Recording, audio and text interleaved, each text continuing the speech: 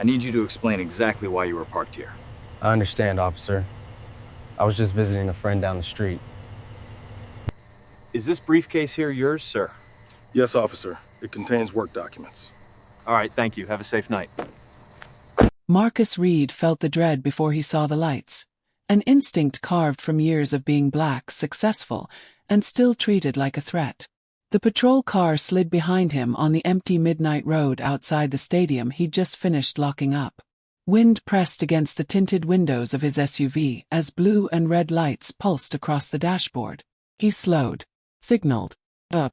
A flashlight beam burned through the glass before Marcus could unbuckle. Heavy steps. A knuckle tapping the window. Sharp, impatient. "Driver, roll it down," the officer barked. Marcus obeyed, feeling the night air sweep in, cool and metallic. The white officer leaned in, jaw tight, eyes narrowed. Not curious, but searching for something to confirm whatever story he'd already decided. "Where'd you steal this car?" he asked. Marcus blinked. "Excuse me. You heard me." Marcus could hear his own pulse now, loud as the stadium speakers during a championship game. The officer's hand hovered near his holster in a quiet threat disguised as habit. "I manage the property down the road," Marcus said carefully. The officer smirked. "Yeah. And I'm the mayor. Step out." A small crowd formed across the street. Late-night workers, rideshare drivers, two teens with backpacks, watching, recording. Marcus stepped out, breath shaking.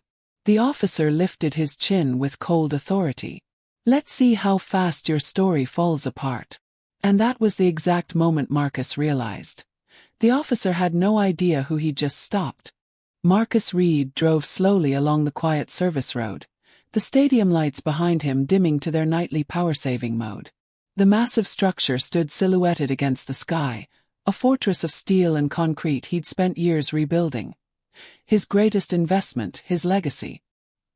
He locked it himself tonight, wanting the rare stillness of walking the arena alone. The echoing corridors always reminded him how far he'd come. The rear-view mirror exploded with color. Red, blue, red again. He felt tension clamp around his chest before he even touched the brakes. "Not tonight," he whispered. He signaled, pulled over, and let the engine idle. The SUV hummed beneath his palms. Normally that sound calmed him. Tonight it only reminded him to stay still, stay careful, stay alive. A flashlight beam slashed through the back window. Then a harsh tap on the glass. Marcus lowered it halfway. The officer leaned in, white, mid-40s, sharp cheekbones, expression carved from stone. His badge read Colden. "Evening, officer," Marcus said. Calden ignored the greeting. "License. Registration. Now." Marcus handed them over slowly. "May I ask why I was stopped?" Calden angled the flashlight so it flooded Marcus's face. "This your vehicle?" "Yes." Calden smirked. "You sure about that?" Marcus breathed in deeply. "It's registered to me." Calden clicked his tongue like he'd caught a child lying. "Step out. We're not playing games." Marcus complied. The night air felt cold against the back of his neck. A few late-shift workers crossed the street and stopped, whispering. Calden circled the SUV slowly, shining his light inside. "Nice car. Bit pricey for someone working this late." "I work at the stadium," Marcus said. "Doing what?" "Custodial." Marcus clenched his jaw. "I oversee operations." Calden gave a low chuckle. "Sure you do." Marcus stared at the asphalt, forcing himself not to react. He'd learned long ago that indignation only made things worse. Calden opened the back door of the SUV without asking. "Officer," Marcus said quietly, "I don't consent to a search." Calden's voice hardened. "You don't tell me how to do my job. Keep your hands where I can see them." He rummaged through the back seat compartments, tossing aside Marcus's laptop bag. A security badge on the zipper glinted under the flashlight. Calden snatched it. "What's this supposed to be?" "My stadium credentials." "For what?" "Maintenance. Food service." "What exactly is your angle tonight?" Marcus swallowed. My angle. Calden stepped closer. People like you don't end up in cars like this unless they're running something. A few gasps sounded from across the street. Marcus forced a steady tone. Officer, I'd like to speak respectfully. I haven't broken any law. Oh, you've broken something, Calden muttered. Just not sure what yet. Marcus felt heat rise behind his eyes. I just locked the stadium. That's all. Calden raised both brows, amused. You expect me to believe you have keys to the most expensive venue in this city? Marcus said nothing. Silence spread like a crack through glass. Calden leaned in closer, voice low and poisonous. Let me tell you something. Every time I hear this kind of story, late night, fancy car, perfect little rehearsed explanation, turns out the guy's lying. A young worker from the street called out, Sir, he really does work there. Calden snapped. Back off. The worker retreated. Marcus breathed harder, imagining the headlines if tonight went wrong. He had lived through profiling before, but never like this.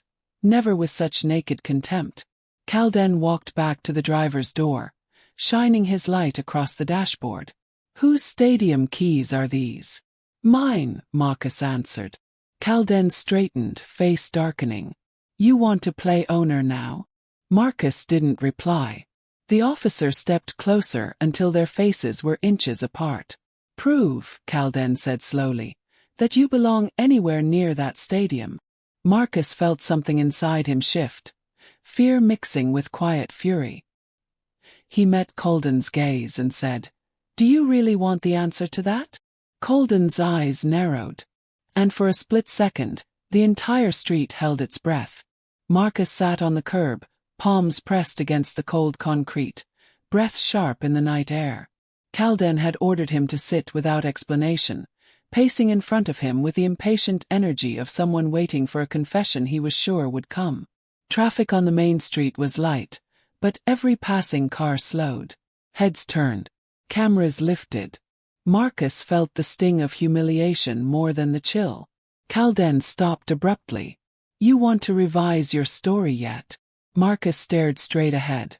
I told you the truth. Calden scoffed. Yeah, well, the truth usually looks different at midnight when someone's nervous. I'm nervous because you won't tell me why I'm detained. You're detained because I said you are, Calden snapped. That's how this works. A second patrol car rolled up.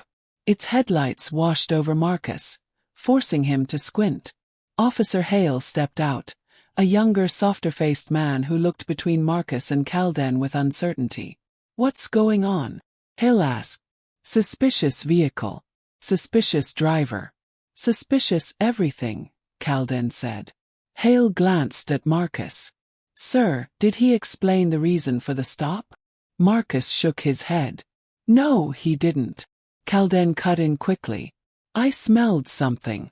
Possible narcotics. Marcus looked up sharply. There's nothing in my car.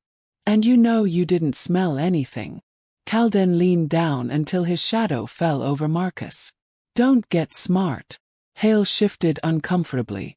Did you find anything during the search? Still looking, Calden replied, voice thick with irritation. You searched without consent, Marcus said quietly. Calden spun. I don't need consent when something is clearly off.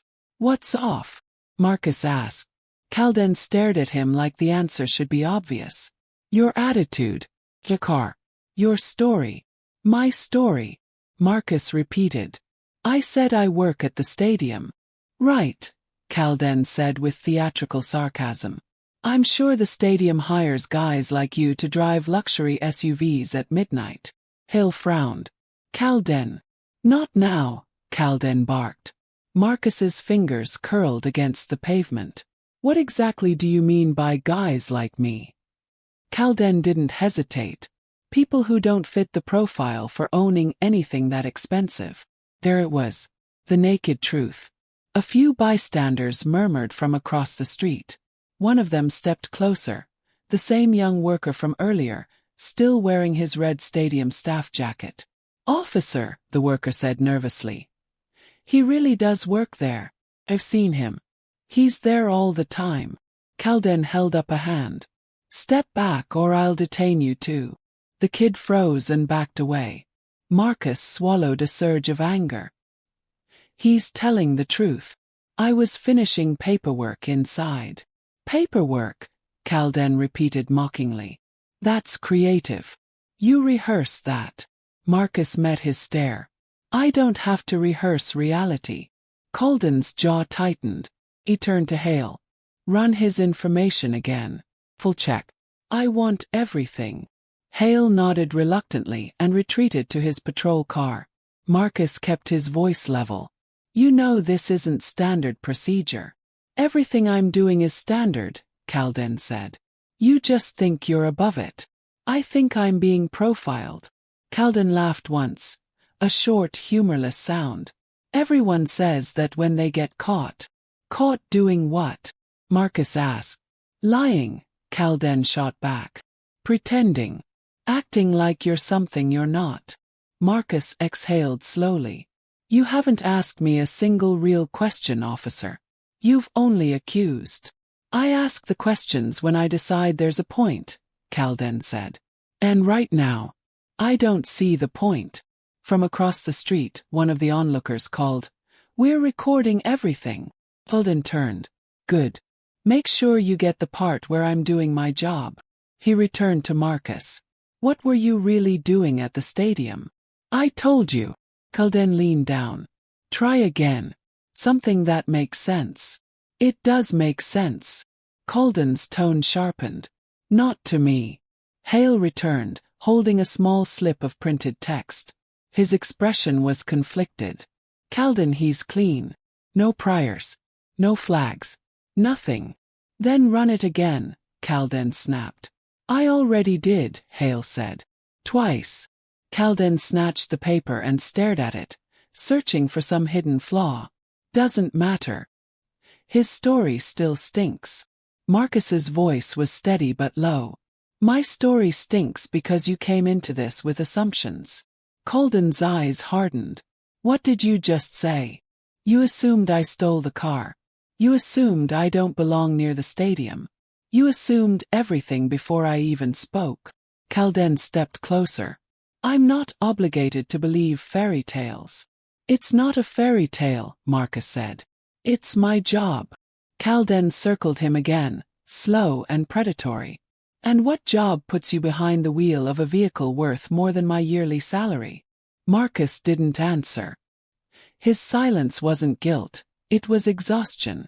The kind born from years of explaining his existence to people who still refused to see him. A door slammed nearby. The stadium worker jogged back toward them, breathless. Sir, there was a senior staff member inside. She said she can confirm. Calden raised his hand sharply. One more step and you're interfering with police activity. The worker froze again. Marcus stared at the ground. Every second felt like a replay of countless encounters across the country. Ordinary nights turned dangerous because someone in authority felt threatened by simple dignity. Calden spoke again, voice colder.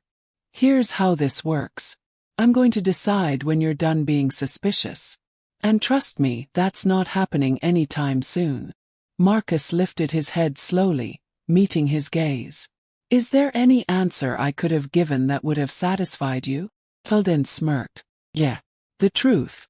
Marcus said nothing. It was clear no truth he provided would ever be the right one. Hale shifted uneasily. Calden, maybe we should wrap this. He's clean. Calden ignored him. Instead, he stepped closer, close enough that Marcus could feel the heat of his breath. Tell me again, Calden said in a low, threatening voice.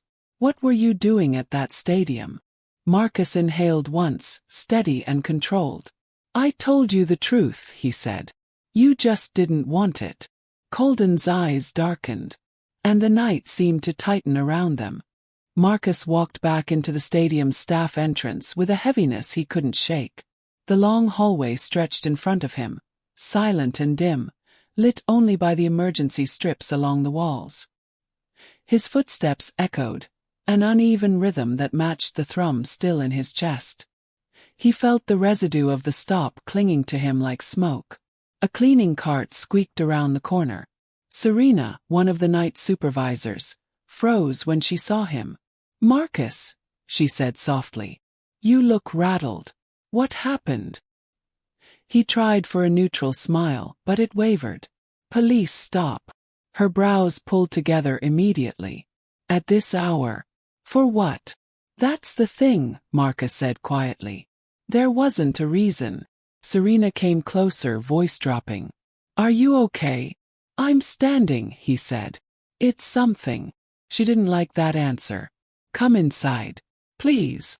They walked into the operations lounge, a small room with a fridge, vending machine, and mismatched chairs. Marcus sat heavily, hands clasped. Serena pulled up a chair. "Talk to me." He hesitated. "He assumed I stole my own car." Her face hardened. "Seriously?" "He searched it. Accused me of lying. Told me I didn't belong near the stadium." Serena stared at him, horrified. "You should report him." Marcus breathed slowly. "You know how that usually goes."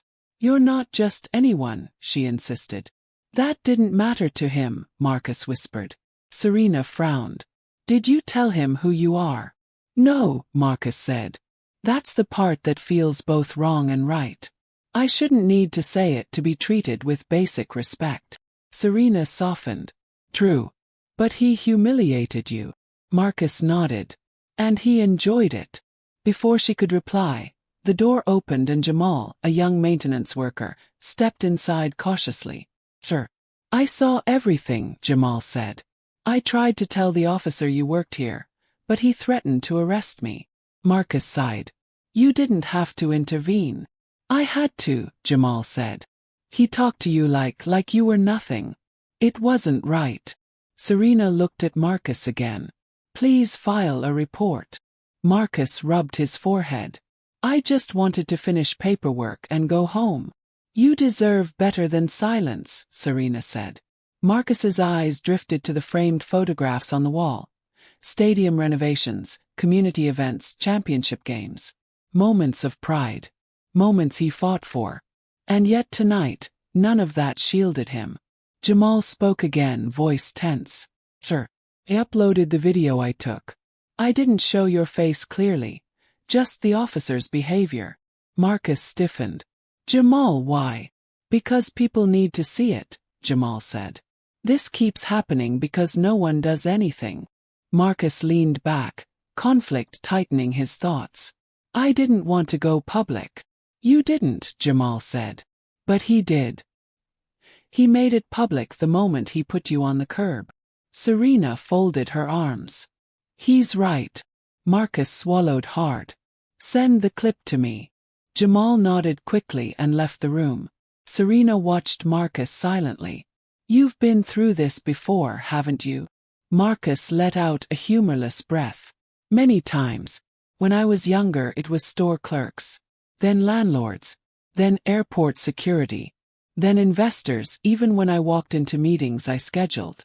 And now officers." She placed a hand on his shoulder. "You're not alone." He appreciated the words, but the ache stayed.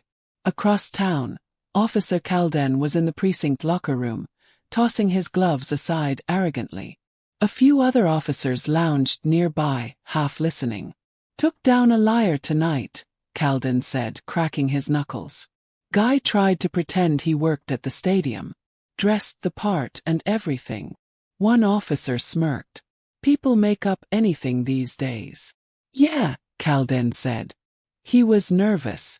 That tells you everything." Another officer, older and quieter, frowned. "You sure you didn't jump it too fast?" Calden glared. "You calling me wrong?"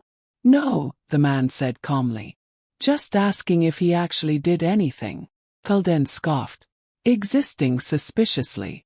That counts." Someone laughed, and Calden grinned, enjoying the attention. "Bet he was shaking," an officer joked. "Oh, he was," Calden said proudly. Guy even tried to play the victim. The room's mood was casual, almost celebratory. No doubt. No accountability. Just another night. Calden continued. People like him always try to talk their way out of trouble. But I shut it down. The older officer shook his head, not amused. Just make sure this one doesn't come back on you. Calden shrugged. What's he gonna do? File a complaint. They never stick. But later, when Calden walked through the hallway, an officer looked up from his phone. Hey man, is this you? Calden frowned. What? The officer turned the screen. A blurry video was already circulating. Calden searching Marcus's car, mocking him, threatening the worker who tried to help. The caption: Unlawful stop outside city stadium. Officer harasses man without cause. Calden froze. His stomach dropped. Where did this come from? He demanded. People online, the officer said. It's spreading. Calden snatched the phone, jaw tightening. This is edited. Someone's twisting it. But the fear in his eyes betrayed him. Back at the stadium, Marcus stared at the same video now on his own phone. The zoomed-in spotlight on Calden's words. The disbelief of bystanders. The clear aggression. Serena whispered.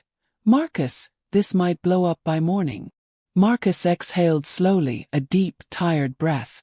Then morning's going to be a long day. He looked at the empty stadium beyond the glass windows. His stadium. He wasn't sure if he felt more angry or more tired. But he did know one thing. The truth was moving now. And it wasn't stopping.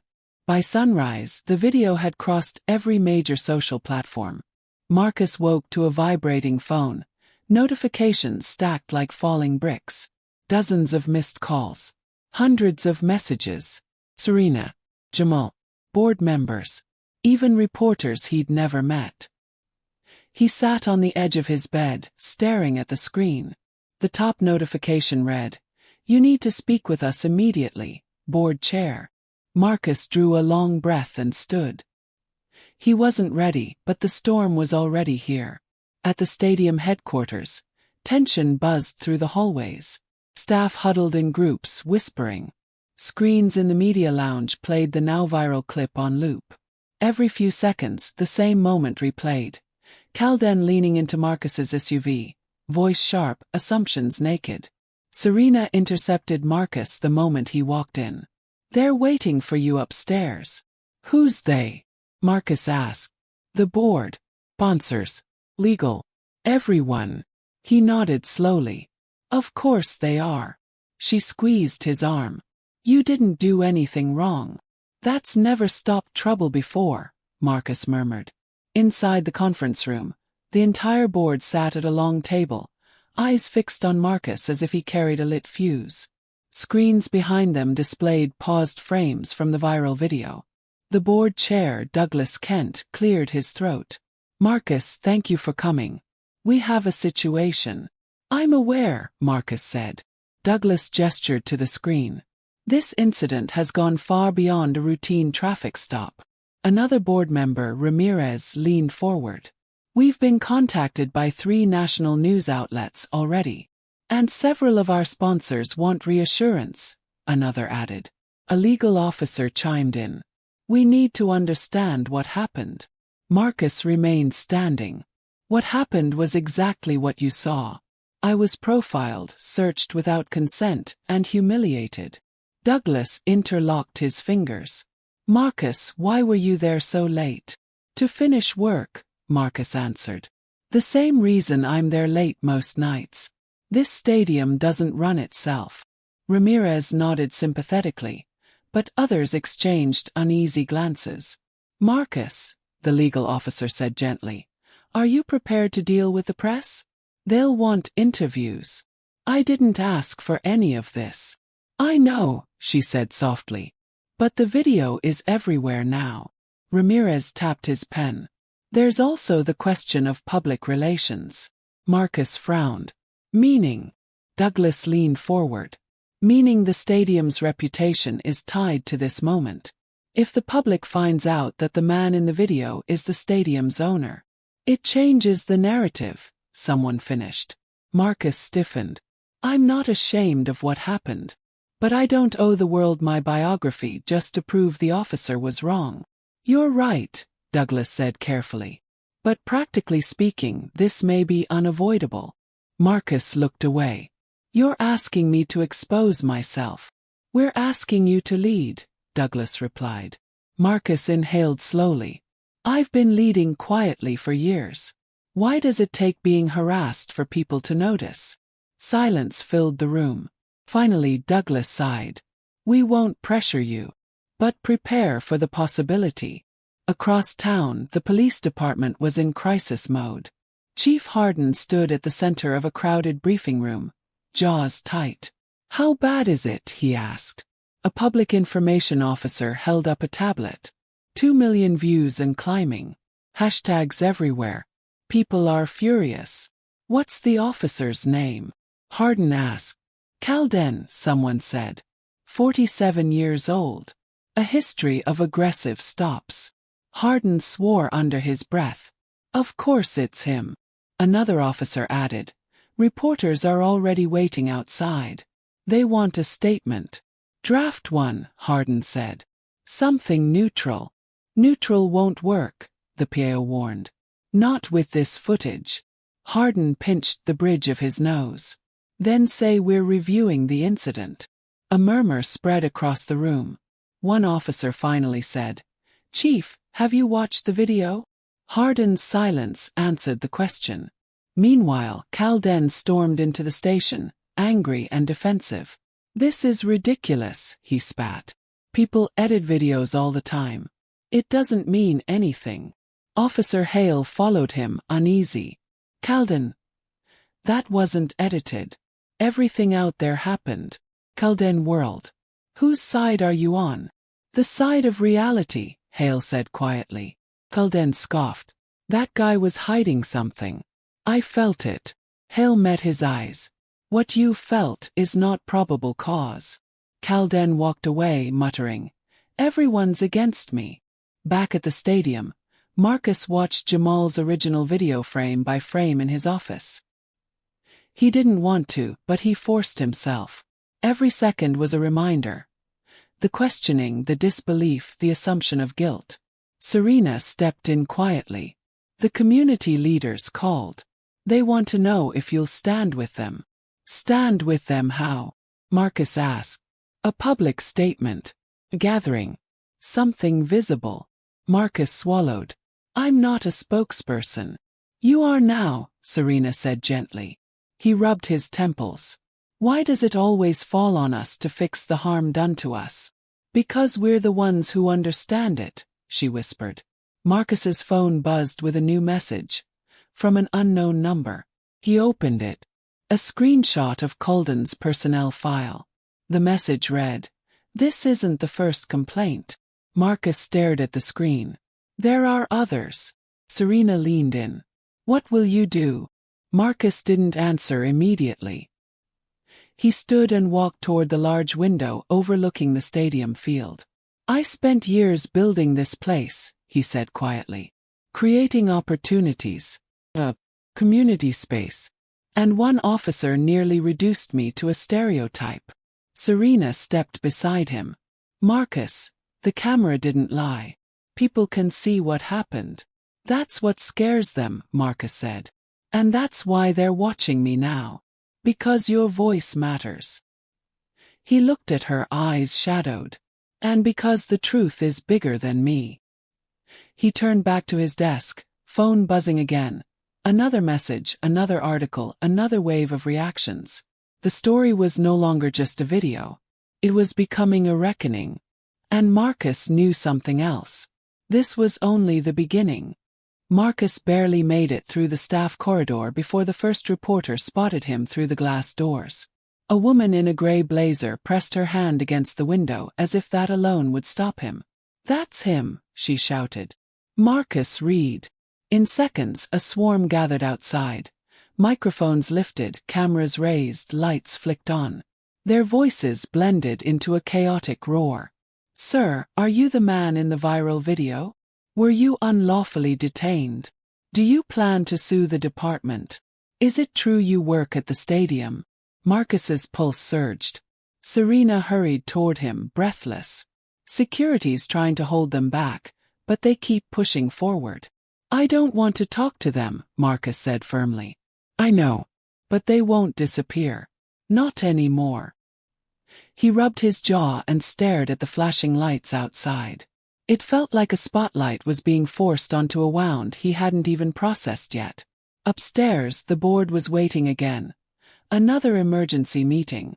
As Marcus entered, they all turned in unison. Douglas stood. Marcus, thank you for coming. Again. I didn't have much choice, Marcus said. Ramirez gave a sympathetic smile. You didn't create this crisis. The officer did. But the public doesn't know who he harassed, another board member added. They're speculating about you already. Some think you're an employee. Some think you're a contractor. Some think I'm suspicious, Marcus finished. The legal officer nodded grimly. Yes, the silence is feeding assumptions. Douglas folded his hands. We need clarity. Marcus shook his head. Clarity for whom? For everyone, Douglas replied. Sponsors are calling. Fans are messaging. The city's office reached out this morning. They want to know if this will affect events. Marcus sighed. It's always about perception, isn't it? It's also about truth, Ramirez said. Eventually, someone will find your name in a public registry. You're a high-level business owner. That information isn't hidden. Marcus paced slowly. So what are you asking me to do? Douglas exhaled. We're asking if you'll make a public statement. Not about the stadium. About what happened. Another board member added. And if you choose to include your position here, it would shut down rumors. Marcus stopped walking. Say it plainly. You want me to tell the world I own the stadium? No, Douglas said carefully. We want you to be free to choose. But many of us believe the truth could help. Marcus's jaw tightened. Help who? The stadium? Or the people who doubt my presence in a car I paid for? Silence. The legal officer finally spoke. Marcus. Right now, the narrative belongs to the internet. If you speak first, you take some of that power back. And if I say nothing? Marcus asked. Douglas didn't sugarcoat it. Then the speculation continues, and the stadium gets dragged into a political fight we can't control. Marcus closed his eyes briefly. He wasn't afraid of the truth, but he hated how it always became a tool, used for sympathy, disapproval, or spectacle. I need time, he said quietly. Douglas nodded. Take a few hours. But not much more. This is moving fast. When the meeting ended, Marcus walked to the empty field. He stood in the center of the arena, looking up at the towering seats and wide sky above. Usually, the stadium felt like home, a monument to what he had built with sweat, strategy, and stubborn hope. Today it felt like a courtroom. Footsteps approached behind him. Serena.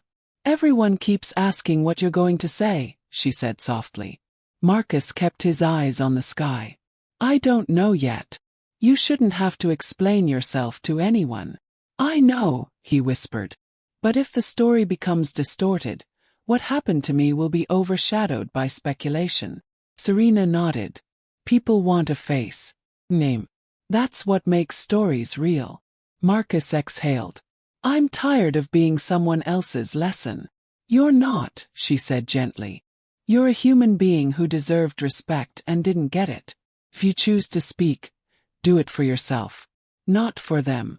They stood in silence for a long moment. Across the city, Officer Calden sat on a bench outside the precinct. His phone kept buzzing with messages from other officers, friends, and even strangers defending him. One message read, "Don't apologize." He was suspicious. "Stand your ground." Another read, "People always play the race card. Ignore it." Calden gripped his phone tighter. "I did nothing wrong," he muttered. Officer Hale stepped outside and joined him. "You need to stop posting replies. It's making things worse." "Why should I?" Calden snapped. "Everyone's attacking me. They're reacting to what they saw," Hale said.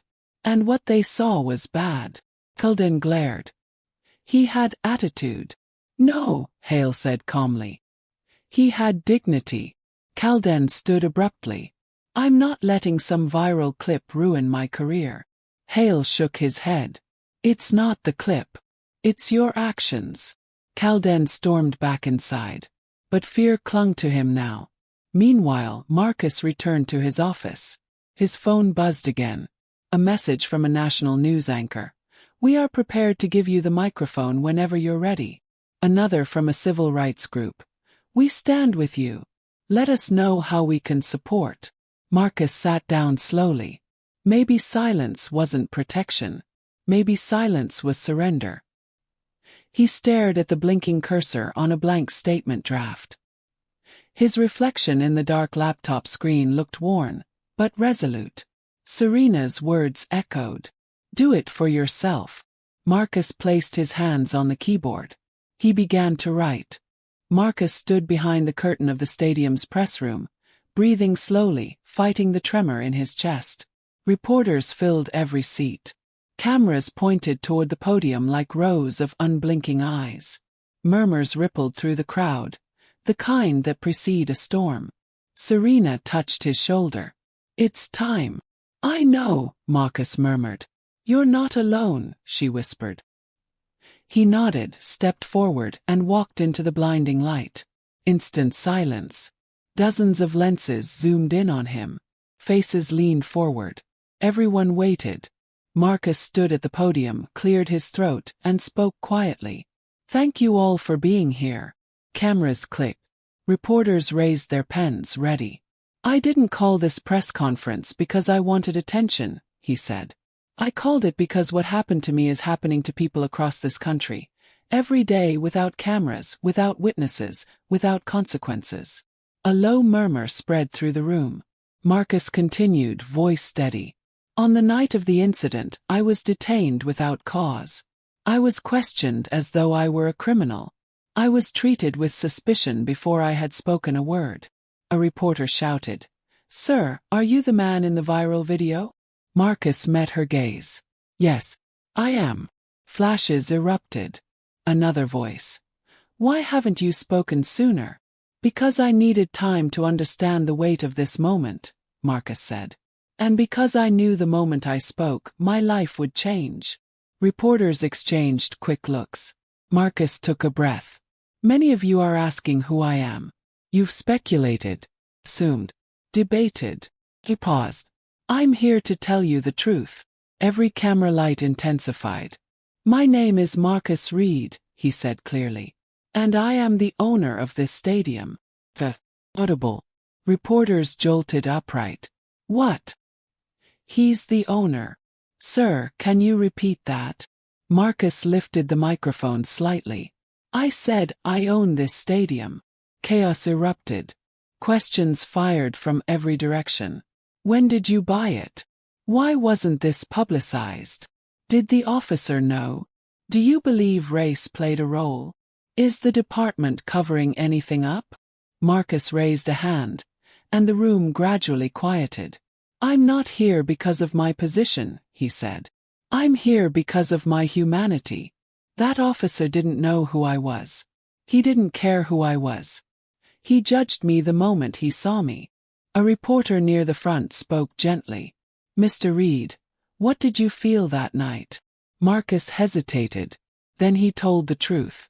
Fear, anger, sadness, but mostly exhaustion. He exhaled. Because no matter what I've accomplished, no matter what I've built, I am still seen first as a threat by those who are supposed to protect. The room softened. Some reporters lowered their pens, listening instead. Marcus continued. This isn't about one officer. This is about a system that empowers officers like him to act without accountability, to assume guilt, to deny dignity. More murmurs, heavier now. A reporter asked. Have you filed a complaint? Yes. Another. What do you want to happen next?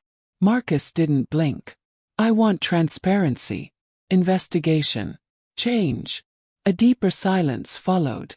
He stepped back slightly. I didn't want to reveal my identity, but staying silent would allow mistruths to grow.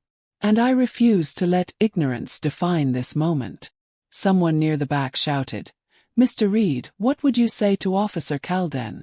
Marcus considered the question, then answered simply, "I would say, you didn't see me that night. And that is the problem." The room went still. Another reporter asked, "Do you forgive him?" Marcus lowered his gaze. Forgiveness is possible, but not without accountability. Serena watched from the sidelines, eyes shining with pride. Marcus added, "This isn't only about me. It's about what millions experience. I'm using my platform because so many can't." He stepped away from the podium. "I'll take 2 more questions." Hand shot up. He pointed to a woman in the 3rd row. "What would you say to others who experience profiling?" Marcus spoke softly. "Tell your story if you can. Your truth has power." He pointed to the last reporter, a young man who looked anxious. "Sir, do you consider this a turning point?" Marcus nodded slowly. "Yes, but only if we refuse to look away." He stepped back from the podium. "Thank you."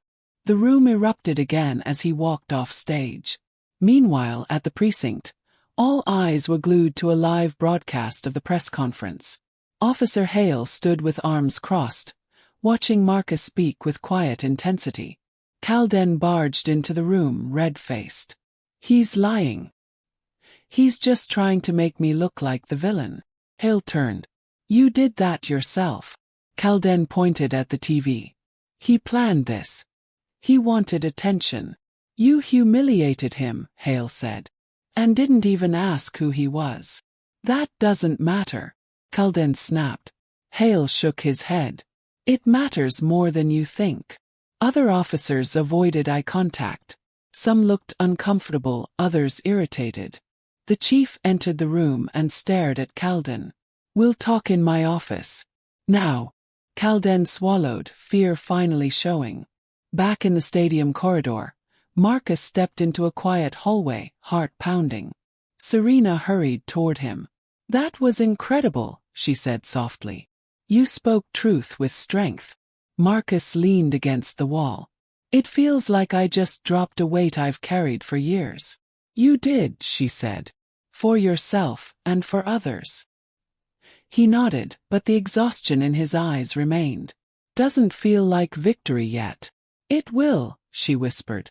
Board members emerged from the press room one by one, approaching Marcus with careful gratitude, careful respect. Douglas shook his hand. "That was powerful, Marcus," he said. "We stand with you." "Thank you," Marcus replied. "Be prepared," Douglas added. "The city is going to react. The mayor's office will reach out. The district attorney too." Marcus sighed. "I expected that. But whatever comes," Douglas said, "you showed leadership today." Marcus appreciated the words, but as he walked back toward his office, the truth pressed harder. He wasn't done. This was only the first step. Outside, people gathered at the stadium gates. Some held signs. "We stand with Marcus. Accountability now, end profiling." The world had seen the truth. And the truth was demanding accountability. Marcus watched the crowd from a window and whispered to himself, "Now we see what comes next." The investigation began the very next morning, though Marcus suspected investigation was a generous word for what the department actually intended. Statements were taken. Forms were filed. Boxes were checked. But beneath the surface, resistance buzzed like an electrical current. Marcus arrived at the city building with Serena at his side. The lobby was filled with reporters, but security guided them through a private entrance and into a small conference room. A single long table. 2 chairs. Fluorescent lights humming overhead. Serena whispered, "You don't have to be polite today." "I know," Marcus said. "But I will be clear." 2 internal affairs officers entered, Lieutenant Vega and Captain Dorsey. Vega offered a firm handshake. Dorsey did not. "Mr. Reed, thank you for coming," Vega said. "We appreciate your cooperation." Marcus nodded. "I want a truthful process." Dorsey cleared his throat. We'll ask a few questions to clarify the events. Marcus met his gaze. I've already clarified the events publicly. We're aware, Dorsey said tightly. Let's begin. Vega unfolded a file. When Officer Calden initiated the stop, did he state a reason? No, Marcus said. He demanded documents first. He gave no basis. Dorsey scribbled something. And you complied. I did, Marcus replied. I kept my hands visible. I answered calmly. Vega nodded. At what point did he search your vehicle? Immediately after I said I worked at the stadium, Marcus said. He didn't ask permission. He assumed guilt from the start. Dorsey interrupted. Did you raise your voice at any point? Marcus blinked slowly. It's on video. I spoke calmly the entire time. Dorsey paused, then forced a thin smile. Just confirming. Serena leaned forward. Are these questions necessary, or are they designed to suggest something? Vega shot Dorsey a warning look. We're simply gathering the full context. Marcus shifted. The context is, I was profiled, searched without cause, spoken to with contempt. Everything you see in the video happened exactly as it appears. Vega nodded, respectful. We hear you. Dorsey looked less convinced. And yet, Mr. Reed, Officer Calden claims he detected nervous behavior and possible signs of impairment. Marcus stared at him. Impairment? That's his statement. Marcus's jaw tightened. I had worked a 17-hour day. I was tired, not impaired. Serena cut in. This is ridiculous. Are you trying to rewrite what everyone saw? Vega sighed. Serena, please. Marcus held up a hand. No, she's right. If this process is going to be meaningful, you need to start by acknowledging the truth. Not giving cover to a lie. Vega looked genuinely pained. Mr. Reed, I'm not your enemy. Marcus studied him. Vega seemed sincere. Dorsey did not. Marcus leaned back. Ask your next question. Across town, the police union held its own meeting. A very different one. Officers crowded into the hall, whispering, glaring, shaking their heads. Calden sat at the front, arms crossed, eyes bloodshot. The union representative, Carter, slammed a binder onto the table. This is a political ambush, he declared. They're using one incident to tear down a good officer. A murmur of agreement spread. Hale sat in the back, silent. Carter continued. We will not let public outrage dictate internal discipline. Officer Calden followed his instincts. Hale raised a hand. Instincts that violated policy. Carter narrowed his eyes. You want to explain that? Hale stood. He searched the vehicle without cause. He detained a man without explanation. He escalated instead of de-escalating. Some officers murmured in discomfort. Calden shot Hale a furious look. So now you're a lawyer. I'm a witness, Hale said. And I'm not going to lie. Carter slammed a fist on the table. Enough. We protect our own. Hale met his glare. We protect our community. Silence fell. Hale sat again, but the divide in the room was carved deep. At the stadium, Marcus returned to his office after the IA meeting, collapsing into his chair. Serena placed a bottle of water on his desk. You did well, she said softly. It felt like a test, Marcus said. Not an investigation. It was both. He leaned forward, elbows on his knees. They didn't want to hear the truth. They wanted to control it. Serena nodded. Systems protect themselves first. Marcus sighed. I know. But it still stings. His phone buzzed. A message from an unknown contact. More officers have come forward. Calden has a history. Marcus felt his pulse shift. There are others. Serena frowned. Are they willing to speak publicly? No. Anonymous. Cowardice, Serena muttered. Fear, Marcus corrected. Systems punish dissent. He stood and walked toward the window overlooking the field. This investigation won't be enough. They're already circling around him. Serena joined him. What are you thinking? That accountability isn't just about exposing Calden. It's about exposing everything that enables Calden. She looked at him. That's a big fight, Marcus. I know. But you're not fighting alone. Marcus stayed quiet for a moment, then turned back. There's something I've been avoiding. What? Talking to the community. Serena nodded slowly. They're waiting for you. He swallowed. I'm not sure I'm ready. You are, she said. You just don't want to carry the weight. Marcus exhaled. No one wants to. True, she said. But you can lift it. He met her eyes. Even if it breaks me. Serena held his gaze. Even then. Later that evening, Marcus sat in his car outside a community center where people had gathered to discuss the incident. He watched through the windshield as activists, families, and local leaders entered the building. He felt his heartbeat rise. The door opened. Jamal slid into the passenger seat. Thought I'd find you here. Marcus smiled faintly. Still hiding. Thinking, Marcus corrected. You're scared, Jamal said gently. Marcus didn't deny it. People will expect answers. Solutions. Strength. You have all three, Jamal said. Do I? Yes, Jamal said firmly. Because you lived it. Marcus stared ahead. Then opened the door. Inside the center, applause erupted the moment he entered.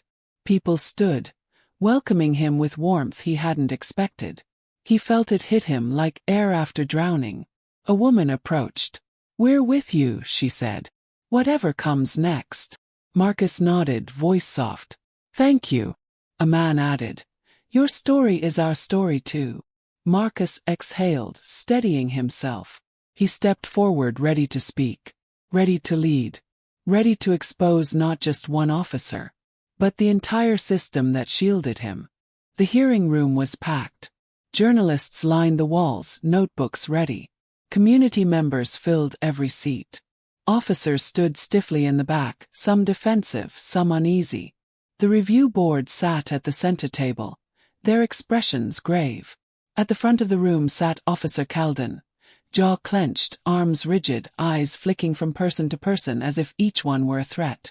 Marcus entered calmly, wearing a charcoal suit, shoulders straight despite the exhaustion beneath his skin. Serena and Jamal flanked him.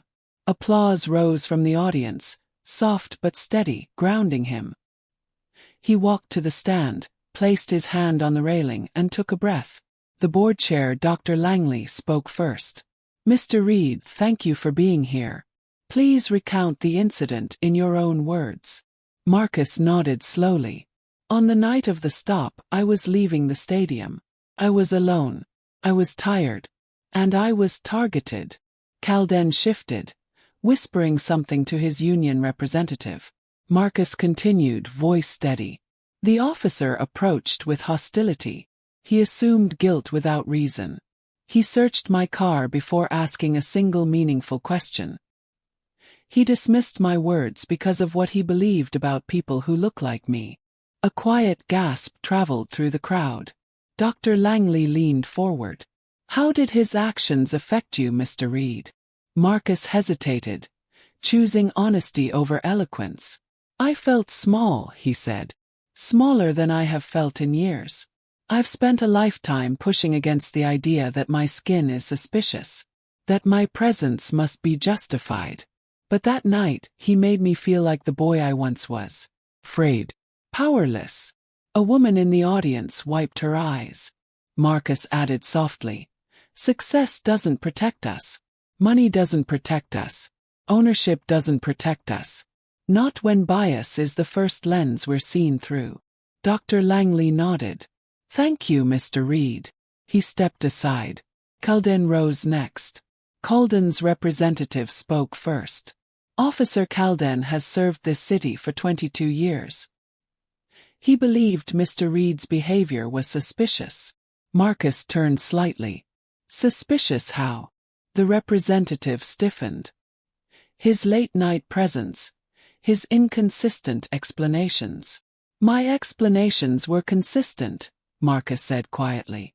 Calden finally spoke, voice sharp. You were nervous. I wonder why, Marcus replied.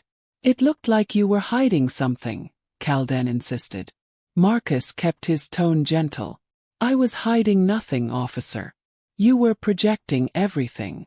A ripple spread across the room. Dr. Langley intervened. Officer Calden, did you have probable cause to search the vehicle? Calden swallowed. I believed I did. That's not what I asked, she said firmly. Calden went silent. Hale stepped forward from the back of the room. I'd like to speak. Calden glared. Sit down, Hale. But Dr. Langley nodded. Officer Hale, proceed. Hale faced the room. I was there. Marcus complied with every instruction. He was calm, respectful. Nothing he did justified the search. Calden hissed. Traitor. Hale ignored him. I've tried to give Calden the benefit of the doubt over the years.